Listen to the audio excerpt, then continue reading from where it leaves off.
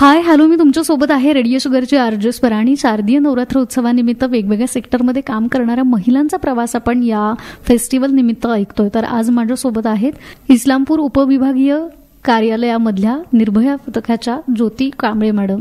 तर ज्योती मॅडम, तुमचं radio शुगरमध्ये welcome आहे. Thank you madam so much. उपविभागीय पोलीस अधिकारी इस्लामपूर विभाग कार्यालय यांच्या अंडर आमचे श्री मंगेश चव्हाण साहेबांच्या अंडर हे निर्भया पथक चालू आहे, कार्यरत आहे. अच्छा. आणि वाळवा विभाग जो आहे, शिराळा विभाग, या ठिकठिकाणी जाऊन हे आमचं पथक कार्य करतं. तिथल्या शाळा कॉलेजेस असतील, तिथं ठिकठिकाणी जाऊन शाळेमध्ये किंवा कॉलेजमध्ये मुलींना प्रबोधन केलं जातं. आज खूप अपप्रवृत्ती वाढलेली आहे समाजात, फारच. आमचं पोलीस प्रशासन तर अगदी काम धडाडीचं करतच आहे, पण तरी सुद्धा काही गोष्टी अशा घडतायत की आपण इमॅजिनही करू शकत नाही. बरोबर, असं होतं. तर हे पथक त्यासाठी कार्यरत आहे आणि ठिकठिकाणी जाऊन मुलांना प्रबोधन केलं जातं, मुलांना चांगल्या वाईट गोष्टींचं ज्ञान दिलं जातं भाषणाद्वारे. आणि त्या आमच्या टीम मध्ये आमचे इन्चार्ज श्री वारके साहेब JSI आहेत आता. तर आमच्या सहकारी निकम मॅडम म्हणून आहेत, हेड कॉन्स्टेबल आहेत. सो आम्ही हा सर्व परिवार आमचा कार्यरत असतो ठिकठिकाणी जाऊन. तर आता तुम्ही निर्भया पथक बद्दल सांगितलं की 24 तास तुमचं हे पथक जे आहे ते काम करतं वगैरे. आणि शाळा कॉलेज म्हटलं की आपल्याला प्रबोधनाची खूप गरज आहे. म्हणजे आता आजूबाजूला जेव्हा आपण बघत असतो तर तेव्हा आपल्याला बऱ्याच गोष्टी वाईट घडताना दिसत आहेत. तर मग याकडे तुम्ही कसं बघता? मला ना एक छोटंसं म्हणजे थोडक्यात बोलायचंय असं की स्त्री जन्म तुझी कहाणी. मला ती नक्की काय कहाणी आहे तुम्हाला मला सांगायचंय. नक्की. आई म्हणून जन्माला आली ती माझ्या शिवरायाची जिजाऊ होती. बहीण म्हणून जन्माला आली ती माझ्या ज्ञानबाची मुक्ताई होती. जी पत्नी म्हणून जन्माला आली ती माझ्या महात्मा ज्योतिराव फुलेंची माय सावित्रीमाय होती. आणि थोडक्यात सांगायचं म्हणजे ज्या खऱ्या अर्थाने जी एक प्रेयसी म्हणून जन्माला आली ती माझ्या श्यामची राधा होती. मला आजच्या आईचं बघितलं, आजची आई माझी काय करते, मुलाला काकेत घेते, नवऱ्याला हाताला धरते आणि रील्स बनवते. जे सध्या बरोबर आहे, आपण नवीन ट्रेंड आजकाल ट्रेंड वाटते. सोशल मीडिया खूपच वाढलेला आहे. मग मला काय म्हणायचं यातून की आपण घर म्हणजे स्वतः बदला, समाज बदलेल. बरोबर आहे. पण मला काय म्हणायचं, थोडं घरामध्येही काही गोष्टी अशा घडल्या पाहिजेत. मला असं म्हणजे एक स्त्री म्हणून आपल्या पालकांची एक जबाबदारी असते की आपल्या मुलांकडे कशा प्रकारे लक्ष द्यायचं. बरोबर. हे अस्तित्व अशीच निर्माण नाही झाली. काहीतरी त्याग करून पाठीला बांधून माझी झाशीची राणी सुद्धा लक्ष्मीबाई माझी लढली. मग आजची आहे का स्त्री एवढी प्रॉपर अशी काम करते का? नाही. तर नाही. मला काय म्हणायचंय की घरातून ही गोष्ट सुरुवात झाली पाहिजे. आपली मुलं काय करतात, किती मोबाईलच्या आहारी गेलेत, त्यांनी किती त्यातून चांगलं घेतात की वाईट घेतात. मी नवरात्री उत्सवाच्या थोडक्यात जवळ येतच आहेत, ह्यातूनच मला तिथपर्यंत यायचंय. ठीक आहे. तर मग हे असे म्हणजे पालकांचंही थोडंफार त्यामध्ये योगदान असलंच पाहिजे थोडंसं की आपली मुलं काय करतायत काय नाहीत करत. आज बघते मी, फिरतोय ठिकठिकाणी जाऊन शाळा कॉलेजला भेट देतोय, तर स्कूलचे मुलं सुद्धा आज मोबाईल वापरतात. पूर्वी आमच्या वेळी, आपल्या वेळी असं काहीच नव्हतं. मोबाईल हा विषयच नसायचा, दूरची गोष्ट असायची. फार दूरची गोष्ट. बरोबर. पण आता मूल रडलं तरी फोन लागतात. मूल रडलं तरी ह्यांना पोलीस हवेत. मला काय म्हणायचंय की हे तुम्ही घरातून बदला. म्हणजे माझी एक मैत्रीण होती, आहे सुप्रिया पाटील नाव आहे तिचं. तर तिच्या घरी मी गेलेली आणि तिचं मूल रडत होतं. मी आपली बसलेली आणि आपलं रोजच्या प्रमाणे मी तिला बोलली की अगं दे ना त्याच्या हातात जरा मोबाईल दे. नाही म्हणाली. मी मोबाईलची सवय लावलेली नाही. माझी पोलीस मैत्रीणच आहे. सो तिने ती गोष्ट माझ्या लक्षात आली की बरोबर प्रत्येकाचं काम आहे की आपण घरातून सुरुवात केली पाहिजे काही गोष्टींची. बरोबर. मग ते मला खूप बरं बदलवण्यापेक्षा आपण जर हा बदल आपल्यापासून केला तर नक्की. अगदी. आणि मला वाटतं असं थोडंसं बदल घडला तर थोडं मुलांवरतीही थोडेसे म्हणजे परिणाम होतात. काय आपण करतोय काय नाही याचं त्यांच्या लक्षात येतं. आता लहानपणापासून आपण एखादी गोष्ट समोर ठेवली दाखवली एखाद्या मुलांच्या, तर त्यांना ती गोष्ट सवय लागते. म्हणजे थोडक्यात काय की आपण आजपर्यंत हिंदी भाषा ऐकत आलो, म्हणून आज आपण पंक्च्युअली हिंदी बोलू शकतो, बोलतो की नाही. तेच जर मुलांच्या समोर इंग्लिशचा प्रभाव ठेवला, सतत त्यांच्या कानावरती त्या गोष्टी पडल्या, तर ते सुद्धा होऊ शकतं. मग मला हेच सांगायचं की अशा काही गोष्टी आपण नियम ठेवला, त्याचा काहीतरी बदल ठेवला, तर तो त्या मुलांवरती अगदी छानसा प्रभाव पडत जातो. हो. संस्कार हे आई वडील देतातच, पण कशा पद्धतीने, त्याची काय पद्धत असली पाहिजे, कसं त्यांनी मॅनेज केलं पाहिजे. कारण आज फार मुलं फॉरवर्ड झालेली आहेत, फार अतिशय म्हणजे ऐकत नाहीत अजिबात. आमचं पोलीस प्रशासन अगदी डोळ्यात तेल घालून ह्या बाबतीत कार्यरत आहे, करतच आहे, करत राहणार. पण तरी सुद्धा आपण घरातून थोडीशी सुरुवात केली की मुलं कुठंतरी आवर घालतात, ह्या ज्या अपप्रवृत्ती घडतायत ह्या कुठंतरी कमी होतील. आणि हे असंच चालत राहावं असंही मला वाटतं. बरोबर आहे. आता निर्भया पथक म्हणलं की तुम्हाला आता वेगवेगळे अनुभव पण आलेले आहेत, कारण बाहेर ज्या घटना घडतायत तर त्या रोज तुम्ही बघताय, बरोबर आहे. तर मग या सगळ्या गोष्टी बघत असताना तुम्हाला एक तुमचा अनुभव आलाय, मुलांना कसं हँडल करायचं हे एक तुमच्यावरती नाही म्हटलं तरी पॅरेंट्स म्हणून किंवा एक पालकत्वच असतं ते, त्यांना प्रबोधन करणं म्हणजे. तर या सगळ्या गोष्टी आहेत. तर मला सांगा की आता ऑन ड्युटी 24 तास जेव्हा हे सगळं काम करताय, तर त्या काम करता करता या पण गोष्टी तुमच्या बऱ्याच असतात, किंवा आपल्या पर्सनल लाईफमध्ये सुद्धा बरेच आपले काही ना काहीतरी प्रॉब्लेम असतात, काहीतरी घरचं आपल्या डोक्यामध्ये कधी कधी चालू असतं. मग या सगळ्या गोष्टी तुम्ही कशा टॅकल करता? आता आम्ही एक जरी पोलीस खात्यात काम करत असेल तर शेवटी आम्ही एक माणूस म्हणून जगत आहोत. प्रॉब्लेम्स आम्हालाही आहेत, भरपूर आहेत. तरीही ह्या प्रॉब्लेम्स बाजूला ठेवून आम्हाला हे करावं लागतं, कारण ही आम्ही स्वीकारलेली, आम्ही सामाजिक लेवलला जाऊन काम करतोय, समाजासाठी कार्यरत आहे. त्यामुळे आम्हाला वाटतं की ही आमची फर्स्ट ड्युटी आहे, तेच आमचं समाधान आहे. ह्यातूनच एक गोष्ट सांगते. मी पोलीस खात्यात लवकरच भरती झाले आणि आम्हाला बंदोबस्त असायचे, म्हणजे आहेत, चालूच असतात. मोठमोठे सणवार, गणेशोत्सव असो, हे नवरात्री उत्सव असो.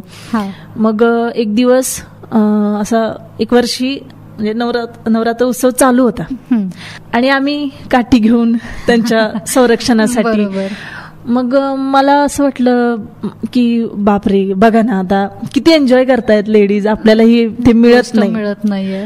मग नंतर माझ्या लक्षात आलं, ठीक आहे मिळत नाहीये आपल्यालाही, पण आपण त्यांचं संरक्षण करतोय, ही किती बाब मोठी आहे.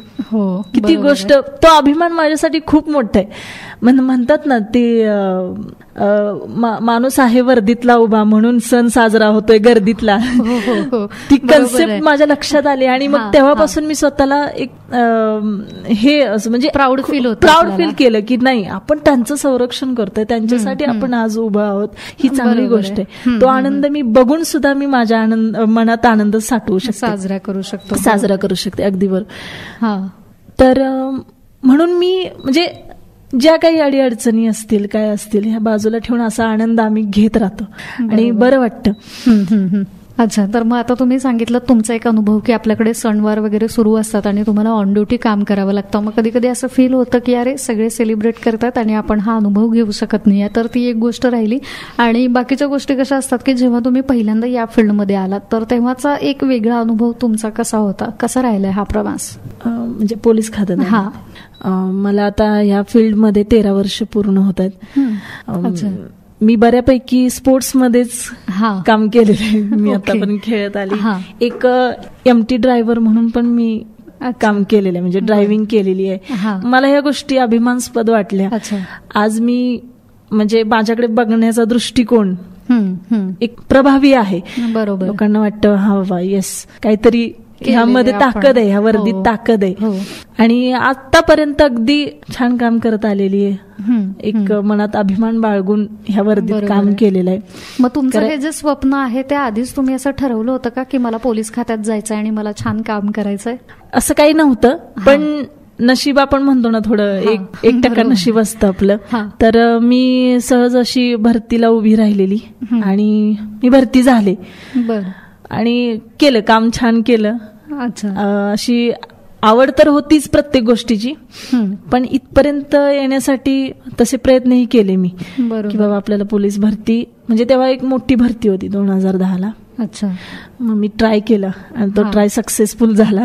बरोबर. आणि तुम्हाला स्पोर्ट्सचा पण फायदा, स्पोर्ट्स मध्ये पण फायदा झाला. म्हणजे हे सगळं चालून आलं आणि होऊन गेलं ते. पण आहे आतापर्यंत तरी छान कामाचा अनुभव घेत आहे.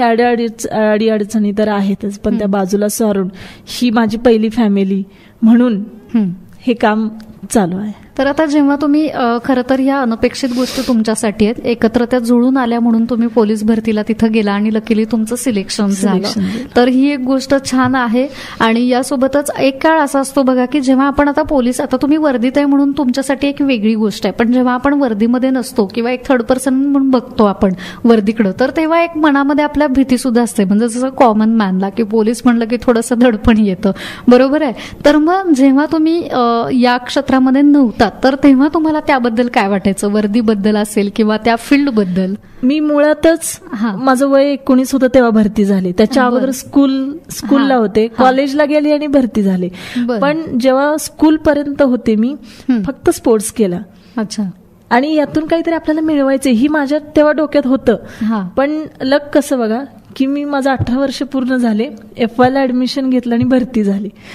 सो हे लकीली सगळ्या गोष्टी घडत गेल्या माझ्या आयुष्यात. बरोबर.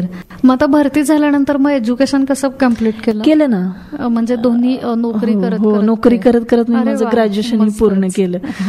आणि आता आहे पुढच्या प्रयत्नात, पुढे काहीतरी अधिकारी लेवलला जाऊन काम करण्याची इच्छा आहे माझी. आता आपल्याला नवरात्रीकडे यायचंय, म्हणजे मला ह्यातूनच सांगायचंय की हा आपला भारतामध्ये जेवढे काही सण साजरे होतात त्यातला हा एक मोठा सण आहे आपल्या. बरोबर आहे. भारतात, महाराष्ट्रात, गुजरातचा तर हा खूप महत्वाचा सण आहे. हा, तसंही आपल्या महाराष्ट्रात हा सण चांगल्या उत्सवात साजरा केला जातो.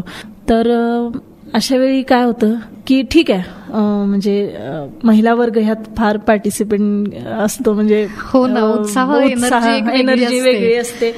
आणि 9 दिवस त्यांचा संकल्प एक असतो की मग त्यामध्ये उपवास आले, बरेच त्यांची जे काही व्रत वैकल्य वगैरे आलीत. मला काय म्हणायचंय, मी आता थोडक्यात म्हणजे मी बघितलं शाळा कॉलेजमध्ये गेली, आपल्या ग्रामीण भागात ना शाळेमध्ये म्हणजे मुलींना जे शिक्षण दिलं जातं, बघितलं मी की काठी चालवणे, तलवारबाजी करणे.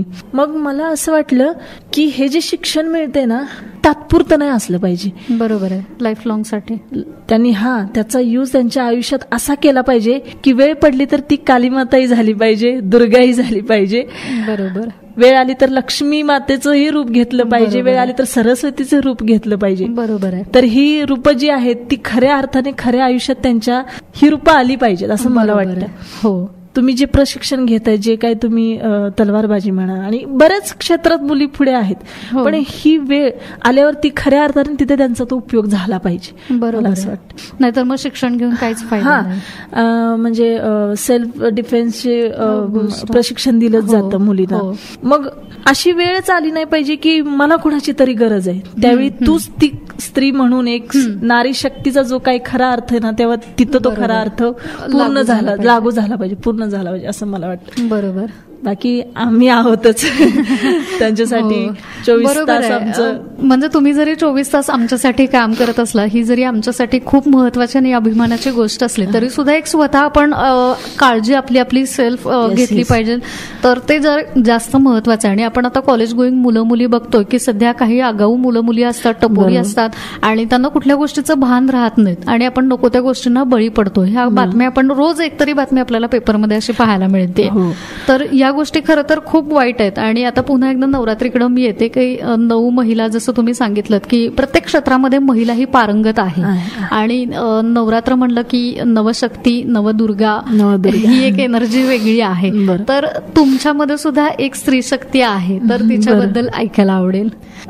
हे खरं आहे की मी मगाशी तुम्हाला सांगितलं, माझा किस्सा सांगितला की मी बंदोबस्तला गेल्यावरती मलाही वाटायचं की यार मी सुद्धा इथे म्हणजे जे काही उत्सव साजरा करतायत, ज्या महिला एवढ्या मस्त पार्टिसिपेंट झालेल्या असतात, खेळ खेळत असतात, तेव्हा मलाही वाटलं की ते मी मगाशी बोललीच तुम्हाला की हो, मलाही फार वाटायचं, पण मला नंतर ते फील झालं की मी एक स्त्री शक्तीचा एक भाग आहे, मी त्यांचं संरक्षण करते. याच्यासारखा अभिमान मी म्हणजे याच्यासारखी कुठली मोठी गोष्ट नाहीच आहे. आणि तो आनंद बाळगून मी तोही आनंद नयन सुखाने मी घेते. बरं वाटतं की चला आज मी त्यांचं संरक्षणासाठी आज इथं उभी आहे. बरोबर, म्हणून त्या महिला बाकीच्या एन्जॉय करतात. म्हणून मी तुम्हाला तो एक वाक्य बोलले की बरं माणूस आहे बरोबर उभा वर्दीतला म्हणून सण साजरा होतो गर्दीतला.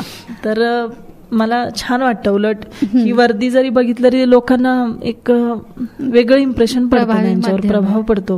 आणि आम्हालाही त्याचं म्हणजे छान वाटतं की प्राऊड फील होतं. ठीक आहे, आपण काहीतरी वेगळ्या खाकी वर्दीत आहोत, आपण काहीतरी इमेज आहे आपली, बरोबर फील होतं.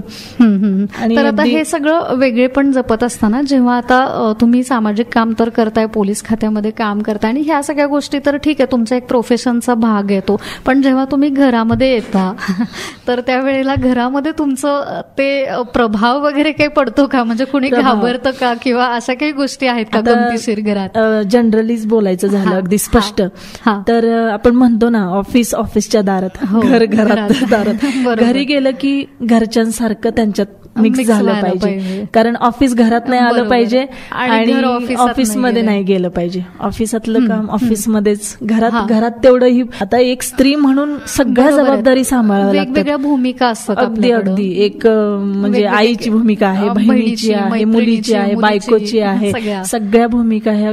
म्हणजे म्हणूनच परत 9 रूप तिथं सुद्धा येतात. मग तीच खरी रूपं आहेत आपली.